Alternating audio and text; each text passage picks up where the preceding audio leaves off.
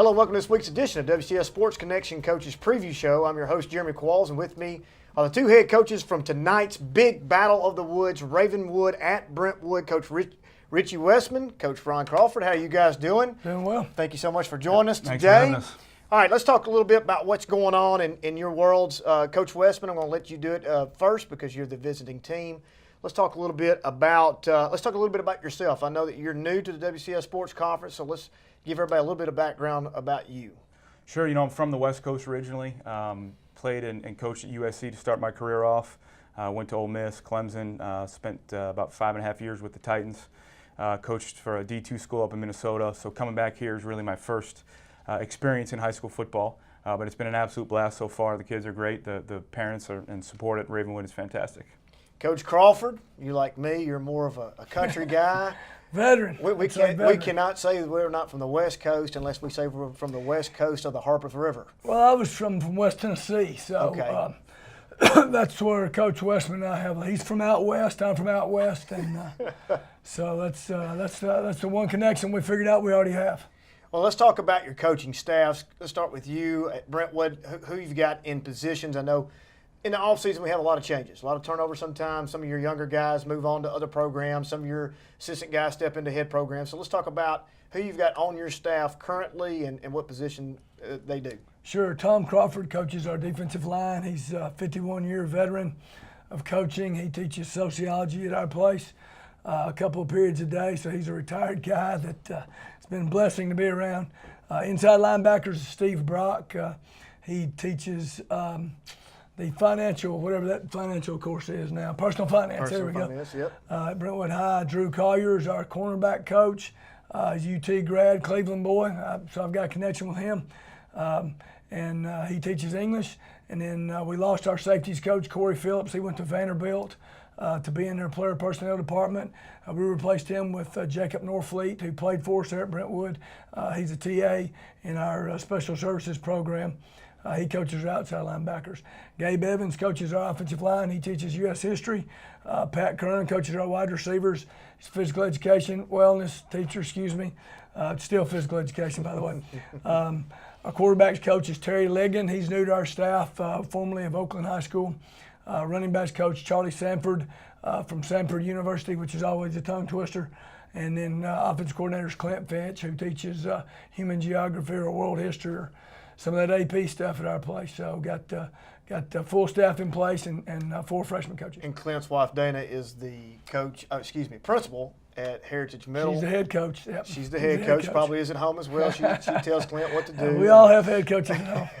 That's absolute truth. How many kids you got in your program right now? I know I've been out to your practices, both of them. I've seen your number seems like it's big this year. Much. I mean, you can feel, since you've been back to 2 years now, things are kind of settling for you. Your kids, your program's growing. Well, we've got fewer freshmen than we've had, but we've also handled our freshmen a little bit differently this year. So we've got 100 varsity and 35 freshmen, so that's plenty to coach with. Just got a huge junior class and a huge sophomore class, so a good problem to have unless you're feeding them all or putting them on a bus. So. Coach Wessman, let's talk about your coaching staff and who you've got and what positions they coach. Sure. Defensively, we have Brian McCurdy coaching the corners. His experience is playing in the CFL, played at NAU, and has been coaching in college for a few years. Matt Daniels is working with the safeties. He played at Wake Forest and has been a defensive coordinator in Virginia for the past few years. We have one coach returning from last year's Ravenwood staff, and that's Andy Elrod, and he's an absolute Ravenwood legend. He's coaching defensive line and assistant head coach. Our defensive coordinator also coaches the linebackers. He's Ryan Fowler. He's played several spots in the NFL and went to Duke. He's one of those guys who's really smart, and he's so smart he's a little crazy, so he's a fun guy to be around. Special teams-wise, we have Alan Lowry, who coached for the Titans, coached with Bill Walsh, Tom Landry, been a special teams coordinator for a long time. So he brings a ton of experience for our special teams. Offensively, with the O-line, we got Trey Stallings. He's also the run game coordinator. He played at Ole Miss when I was coaching down there, and he played for the Kansas City Chiefs, so he brings a lot of good experience there. Wideouts is Jeremy Bird, who was at Independence before. Running backs is Jason Day. We also have a couple offensive assistants, Tony Leonard and Matt Ogle, and then a defensive assistant we have is Al Smith, who is an all-pro linebacker. Now, Coach, anytime I get a dig in on Coach Crawford, I love to take it. Now, if we lined up and went coaching staff on coaching staff, I'm afraid you might be a little bit outnumbered. We may have more youth than that. The only thing that was, we got a little more youth probably, but the playing experience, yeah, it'd be pretty tough there. We wouldn't be tackle football, that's for sure. We'd be looking for the flags. Yeah, we would. All right, so let's talk about some players that you had that have moved on, specifically in the college ranks. Ahmad Arnold, can't say enough. You talking about a great-looking kid and a good, high-character kid. But, I mean, Ahmad was, 6'4", mid-200s, great-looking kid. He moved on at linebacker position, moved on to Mercer University. And John Robertson, he was one of your receivers last year, moving on to play football at MIT. I mean, that's something that only the WCS Sports Conference people can say. We've got kids playing at MIT in football.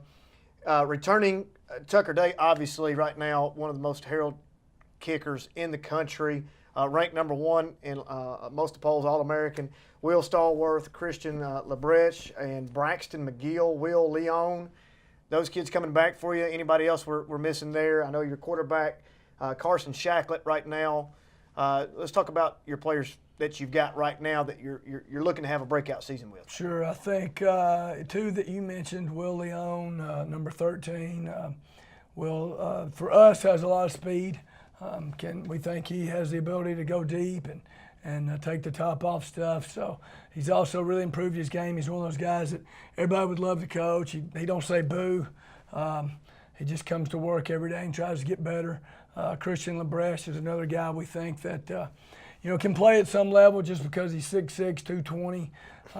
We hope he's a matchup issue just because of his length, and he's got a certain skill set that it's hard to defend as he goes. So we're really happy with our receiver group. Carson did a nice job. He's got to do a better job protecting the football, but did a nice job last week against a good opponent. Braxton is one of our tackles, along with junior Cole Mabry, who's got a Memphis offer that really going to have a big game for us this week, especially with the pressure that they can apply on the edge. Running backs, Colin Rudolph is a returning starter. Doesn't do anything great. He's just a football player. I think coaches probably got several of those guys that don't run great, not real strong, bad-looking body, but he can play football, So tough kid. So kind of that's where we are offensively. Chris Moore also is a returner. Started last year every game as a sophomore for us at center. Update us real quick. You spoke of Mabry talking about getting an offer from Memphis. Right now, what does he have on the table? That's it. Got Memphis on the table. That's the only one. And if you follow Memphis football right now, they've kind of made a splash here in the last couple of weeks, getting some high-profile recruits from the SEC ranks. What about Tucker Day right now, as far as what he's got on the table? Army, Navy, and Colorado State he picked up this weekend. Okay, so that's Mike Bobo, if I'm not mistaken, out right. there. So, do you feel like possibly the SEC schools will come in before this season's over? Well, I think the two biggest interests he has right now are Mississippi State and Clemson. So I think seeing where they go, I think he would really like to stay down here in God's country if he can, and he wants to be close enough where mom and dad can see him play. Additionally, so I think that'll be key for him if he can get something closer. In particular, in the SEC or at Clemson, he certainly would jump on those. I'm sure. Who wouldn't, right? Exactly. Right now, they're the hottest team out there besides Alabama. Coach Wessman, Ravenwood, obviously 6A state champions last year, losing a large bulk of the offensive load coming from Chris Rowland, who's making some splashes and waves at TSU. I look forward to seeing what he does this year as a freshman. Cruz Holt, another kicker, the Mr. Football kicker, matter of fact, at MTSU. Andrew Rapay, the Tim Tebow of the WCS Sports Conference last year, big body quarterback. John Thompson, Lucians, all those guys. But you're returning some pretty good players too. Patrick Lighton is going to Duke. Taj Williams had a great game against Siegel the other night. Good solid football player. Connor Dotson. So let's talk about a little bit about those guys and who else I may have missed on that list. Yeah, we've got 4 of the 5 offensive linemen returning from last year, so that really helps us out. They're a veteran group that know what they're doing, so that makes things a lot easier for us. Quarterback-wise, we have a very different quarterback, but if you paid attention to the Siegel game, he can play some football, and if he continues to play football the way he did on Thursday night, people are going to think very highly of him, and Wide receivers, we've got some guys who are physical outside who can break some tackles and score some touchdowns. With Nate Freeman, Seth Smeltz, John Rawl, those guys all did a fantastic job. Defensively, Carter Nelson's a fantastic linebacker.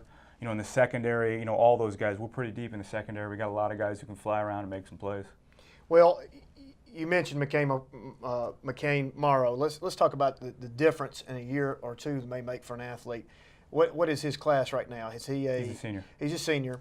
And if you rewind the clocks back to when he was at Woodland, I think, if I'm not mistaken, I may have my history wrong here, but I think he was the backup quarterback at Woodland. And to think that he's had to sit behind those teams that they had with Cole Brown, who's now at UTC, followed by Rupe, and now he gets his shot. And the first shot he gets, he goes 422 yards. I mean, what an incredible story for him. I'm super happy for him and you as well, because at any given time that if you have a couple plays go wrong for you, that they can fold up shop on you, because at the end of the day, they're still high school students. The maturity level may not be there mentally, but he goes 422 on 38 attempts. That breaks a single game record for Ravenwood High School. He was pretty incredible. He made a lot of great decisions, threw a lot of accurate balls. He's really comfortable with everything we're doing. So talk a little bit about your offense. You obviously, it's a West Coast offense. You love to watch that. If you like pro football, watch the routes that they do, the underneath routes and all this stuff. It's really interesting to watch. You beat Siegel 23-19. Didn't have the best first half in the world. Probably a lot of jitters there, like there always are. Came out second half, held Siegel to 8 total yards second half. Like I said, McCain Morrow throws 422 yards. So tell us a little bit about the offense that you run. I like to define it as an offense that scores points. That's really what we put our focus on, and we just try to create matchup problems and get guys open in space and distribute the ball and really just make it difficult for the other team to cover the whole field. Now, are you the offensive coordinator? You're calling you're calling the plays. Okay. Defensively, what do you like to run on the defensive side of the ball? We're going to be multiple there too as well, but we really stayed in a 4-3 last week. And just try to run fit very well and shut down the running game and be able to make them to force them to throw the football. Coach Crawford, heartbreaker last week. I think you took a ton of positive takeaways from that game. Independence comes in, or actually you travel to Independence. You lose 21-20. That game could have gone either way. 5A, reigning 5A champions. It's a big game. How much emphasis was this game coming into not just you, your staff, but your kids? Is this one of those games they circle on the calendar because they knew they're coming in on a 15-game winning streak, they're number one, blah, blah, blah? Is that something that your kids really, really focus on, or is it just another game we're going in and try to get better?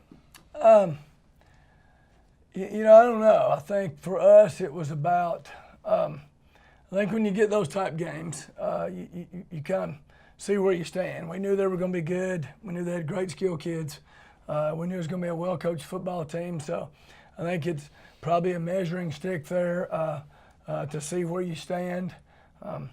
Did our kids get excited about it? I think that, the county games just bring more attention. Us being in all these different leagues, when it's county rivalries and Coach will get to experience Friday night, our kids get so much more experience from it.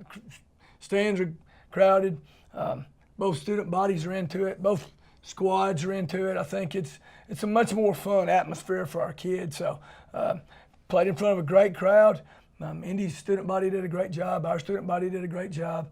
And, the bottom line is, if you're worried about moral victories, it's not what we're here for. We want to make better people, but our job's to win games too. And so we came up short. So bottom line is we're 0-1. Ravenwood's 1-0. So it doesn't matter the opponent. What matters is the outcome. So we're in the outcome business, and unfortunately we were short. Well, a lot of people, you've got a ton of prognosticators out there that would say that this was going to be a boat race. Independence is loaded and all this, and here you are, you came in, and you get beat 21-20. Like I said, I don't want to pull off a scab and keep talking about that, but, a lot of people said, hold up now, Brentwood's for real. Well, we knew going in that this process for this year was going to be really good. A lot of people didn't know that, and there's still, I think you have, and you would say, agree with me, that there's still always room to improve and grow. But we knew going in, you're going to be there. You're going to be competitive. That's the type team that you want. That's the type team that you coach, and your kids respond the same way. Well, I mean, I think for us, it's about being the best team that 2016 can be. I think that even though we have returning stars, and that helps you early, Coach Wessman will tell you that, but the bottom line is that's his football team. This is our football team. If it was a test, we didn't pass our first test. Right. So was I pleased with our effort? No doubt. And I think I've heard Coach say he was pleased with his squad's effort. Did we make a ton of mistakes? Yeah, we did. So did our opponent. We just happened to make more than our opponent did, and against a good team, you can't do that. Both our teams kind of fought back from some adversity, and his team was able to finish. Our team was not able to finish. All right, so Coach Wessman, I hope you understand the magnitude of tonight's game. I can't explain it to you. Coach can talk about it all he wants. But when you step out there tonight, the magnitude of this game, even regardless, you could throw records out the window. This is not even a game that has any playoff implications. But when you step out there on the Battle of the Woods, it has a different feel. It will have a different feel than the Independence game. Obviously, that's a big game because of what Independence brings to the table. But this game right here, I have been to a lot of games in my career, and I'm not sure that there's one that can top this particular rivalry. Would you agree with that statement? I think where Coach is going to be excited is the fact that his kids are going to get to play in a great environment. It'll be a lot of fun. Their students will be out supporting them. Our students will be out supporting us. The play on the field probably has a whole lot less to do than what's going on. Sometimes I think they're more aggressive in the stands. Well, you said they'll support. They definitely will support you, but they will not support the other side whatsoever. So I think that's the exciting thing. It's going to be a fun opportunity for our kids to play in a neat environment. Well, explain to us, and I would ask you this, Coach Wessman. Please don't. I'm not holding you out on this, but he's had experience, and you'll see because I can't wait to interview you after the fact. But what does it mean? What does it mean to the culture of the building? The Battle of the Woods. What does that mean? What could you know what I'm saying? Give him a little insight on what that does for the internal. The non-athlete, the people just walking the halls. I think he's got to experience it. Is the first thing. I think he can feel by his parents and his kids and all that stuff. But we can't win it during practice this week. We can't win it in warm-ups tonight. It's going to be the play on the field. So I think when I got back, I was surprised at the difference in the rivalry had changed. It's up a notch from when I left in 2011. At that point, it was us and Franklin really were the oldest rivalry, right. And so that ended up being the big game, And since that time, I think it's turned completely. I think now we've seen Centennial and Franklin develop an even more intense rivalry, and I think the rivalry between Ravenwood and Brentwood has increased. And we have the border battle with Summit, Indy, and of course the 840 battle with Page and Fairview, but none of them. Well, the Franklin Centennial was a great crowd, great atmosphere, but I'm just telling you, the Battle of the Woods brings another notch. Coach Wessman, let's talk real quick. Tell me, how did it feel to get the monkey off the back on that first game? I know going in as when I went in as a first-year coach, we're all in that first game, how important it is. You want to get that first win. And you went in there, you don't ever want to doubt it, but that first half you kind of think, man, you want to keep going. But what did it feel like? It was huge. It was definitely a monkey off the back. I think what was better about it was the way it happened, because we got better as the game went on, and we fought through adversity, and when we had answers for things. And so I think that as a team gives us confidence that no matter what happens the first half of a football game, we can still win a football game. And can you still see the effects of that this going in this week of practice, absolutely. Coming in on Monday? Your kids are fired up. Loss can dampen things. Luckily, this loss that you had, we're not looking for moral victories, but it's coming in on the back end. Now you've got the Battle of the Woods, so you don't have time to really sit back and have a hangover over a loss. You've got the Battle of the Woods this week. Your kids know that, and they're right back up. Well, win or lose, you gotta flush it and move on to the next thing. I mean, they joke about Belichick saying, who's next, but the reality of it is he's so right. Right. You can't, you Can't can't dwell on that, and we ask our guys to. Win or lose, we want to move on and worry about what's next. And for us, it's really about us. It's not about Ravenwood or anybody else on our schedule. It's about how we can make our team better and give them a better opportunity for success on a Friday night. So, but there's definitely a difference in practice. You had a good week of practice thus far, Coach Wessman. Yeah, we have. They're very prepared. And same with you. I guess everybody's all pumped up, ready to go. Game day will be there. We just like to add one more distraction to your guys' plate so we can see what's, So let's talk real quick about region play. It's not necessarily on tonight, but region play looking down the road. I know we're focused on tonight's game, but in region play right now, Ravenwood, 3 teams to look at right now. Mount Juliet is one of those teams that a lot of folks are saying are going to be one of the teams to beat. Obviously, Franklin's in there. Wilson Central. Have you seen, heard, or anything about any of these teams in the region right now? Mount Juliet's next week. So I'm worried about beating Brentwood. Okay, all right. So that's fair enough. Fair assessment.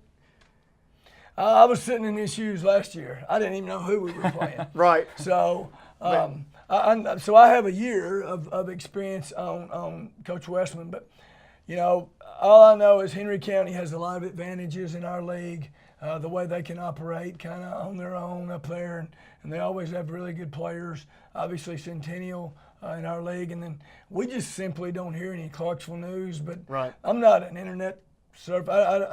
I'm with Coach. I've got enough to worry about with my team and our current opponent to look down the road. Well, obviously, there's 2 separate different paths going on here. 6A football automatically cards. Oh, congratulations. Yeah, you're automatically made the playoffs.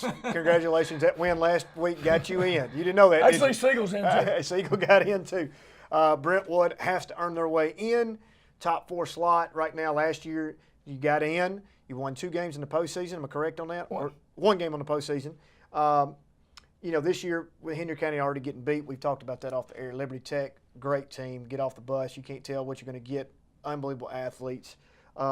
Centennial, obviously, with the huge win last week. Coach Kreisky in the same shoes as you came in and got that monkey off his back as well. And what a game to get it in. I mean, not that I'm down playing your game. I'm just saying in that environment, that would be equivalent to you coming in and your first game would be this game.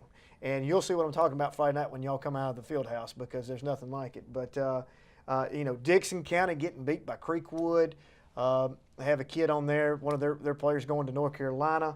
Right now, Middle Tennessee football is hot. I mean, as a whole, we have 126 schools in this Middle Tennessee zone. We talk a lot about West Tennessee because we've been there, but football in Middle Tennessee right now is pretty much dominant in the state. It's really in the time I've been here, which is quite considerable. Really, there's more players in Middle Tennessee, and Coach Wessman was in college for a long time. And so he's probably familiar with, there's more recruits in this area now. With population growth, you get more move-ins. There's outside forces that affect our programs that pull them in a lot of ways. So I tell you, the kids that enjoy playing high school football the most are those guys that know it's over. The guys that this is it. This is their senior year. Whether they want to go walk on or they don't know, they put it all into it. And I really wish for both squads, for all young people really, that they could worry about and focus on this year and enjoy this week. Enjoy the season that they're in. We're always looking ahead when, including on this show, right? Yeah, well, not necessarily that because this is a show. So I think we, just getting them to get the joy and work out of each and every day is what our job is to make them understand, be in the moment. The other things, we don't have any control over. So let's be in the moment, enjoy this rivalry and this type game. Well, you made an interesting point there that a lot of people may or may not know is the fact that both of you guys teach full loads, which all of our coaches do, and we have students with extremely high academic standards. Your team's full of them, his team's full of them. Matter of fact, we have a battle of the woods in everything that we do, and you 2 guys have the highest ACT scores in the system. Brentwood's coming in at 26, Ravenwood's coming in at 25, and that is the average. I don't think people understand the academic standards that we have inside this system that you've got to be extremely flexible on in your practices, in your preparation. We've talked about it before. We got to come in at 6 to get some lifts in to try to cut back on the back end load, and then we go through a school load, and then we get out. We got film sessions, we got walkthroughs, we got everything we have to do, and they have to do a full load on top of it. And Coach Wessman can probably speak to it as well, but I think most studies show that that busy teenager, that guy involved in extracurricular activities is usually more successful in the classroom too. And I think our parents and our community value extracurricular activities to a great degree. That helps us both. But, you know, you think about it too, let's talk about those guys that when that last horn goes off and their career comes to an end, they walk away with a 25 plus, 26 plus ACT score. Their career is going to be something else, and they're going to have it paid for. And for us to be able to do the high quality coaching that you two do for your programs and have a high quality program, and on top of having that all that experience that comes with the competitive nature of what you do week in and week out, on top of high ACT scores, provides for successful students in the future. A lot of people don't think that we have to deal with that on a day-to-day basis. It's just, hey, y'all walk out there, we got meatheads, man, we're going to go out there and bang heads all day, right? But there's so many more nuances to it. Coach Wessman, can you speak to that? You know, so many little other things that go on with the coaching. Yeah, you know, I think just talking about the academic standard at the schools we're both at, we have to bring in the classroom every day too. So there's a lot of preparation time in the classroom. I have several of my coaches are AP teachers. And so they're putting in hours every day just preparing for the classroom so that they can bring it to help these young people be successful. You know, I think both of us would agree that part of our job too on the field is to help teach the character for them to be successful in the classroom, be successful whatever they do in life. Well, it's amazing. It's amazing what we did last year. I feel like I keep harping this, but you got to think, WCS had 21 total state championships last year. 7 of those were team championships. The next closest big system to us, public school-wise, was Memphis, Shelby County at 4. And they had 4 total. We had 21 total. And to think that the graduation rate, ACT scores that we do specifically in these 2 buildings are phenomenal. But anyway, I greatly appreciate both of y'all coming on tonight. Big game tonight. I wish you both the best of luck. Coach Wessman, I'm going to find you when you walk out because I want to see your face when you see that crowd and the craziness that will ensue after that. 7 o'clock kickoff at Brentwood tonight. If you don't have your tickets, I wouldn't wait in line. PrepTix.com/WCS. You can go get your tickets online. You won't have to wait in line and skip that, but I wish you both the best of luck. Thank you for being here. Thank you for having us. Thank you. We'll see you next time on the Coaches Preview Show.